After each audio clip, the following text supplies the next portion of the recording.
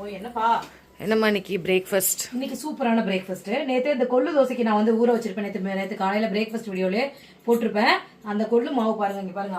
ஆட்டி உடனே ஃப்ரிட்ஜில் வச்சிட்டேன். ஆட்டி புளிக்கலாம் வைக்கல, உடனே ஃப்ரிட்ஜில் வச்சுட்டேன். மாவு பாருங்க இப்படி இருக்கு. தோசை பாருங்கதா பேப்பர் மாதிரி வந்திருக்கு பாருங்க. தோசை நல்லா வருதுப்பா உண்மையிலே.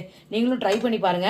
1 கப்பு கொள்ளு, 1 கப்பு சாமை, 3/4 கப்பு உளுந்து, ஒரு ஸ்பூன் அரை ஸ்பூன் வெந்தயம் போட்டு நல்லா ஒரு 3 அலசிட்டு ஒரு 3 மணி நேரம் ஊற வச்சுட்டு ஆட்டி உடனே ஃப்ரிட்ஜில் வச்சிருக்கோம். புளிக்க வைக்காது, சீக்கிரமா புளிச்சிடும் கொள்ளு. அதனால இதுக்கு இன்னைக்கு நம்ம வீட்டில் சூப்பரான ஒரு கொள்ளு தோசை. அதுக்கு வந்து பார்த்தீங்கன்னா இது வந்து வடகறிங்க. நேத்து வச்ச வடகறி நேற்று வச்ச வடை குழம்ப வடகறியா பண்ணிட்டேன். அதே ஒரு கறி குழம்பு ஸ்டைல தான் பண்ணேன். சரி, அது மீதி இருந்தது, ஏன் வேஸ்ட் பண்ணி இவ்வளவும் வேஸ்ட் பண்ண முடியாது இல்லையா? அதனால இன்னைக்கு காலையில அதை வச்சு ஓட்டிக்கலாம். விற்கிற விலைவாசிக்கு பொருட்களை வேஸ்ட் பண்ணாம இருக்கிறது தான் நல்லது. கொஞ்சம் பழைய சாதம் வேற இருக்கு. நான் காலையில பழைய சாதம் தான் சாப்பிட போறேன். ரெயின் ட்ராப் பேங்கிள்ஸ்லாம் ரீஸ்டாக் பண்ணிருக்கா சொல்றேன்.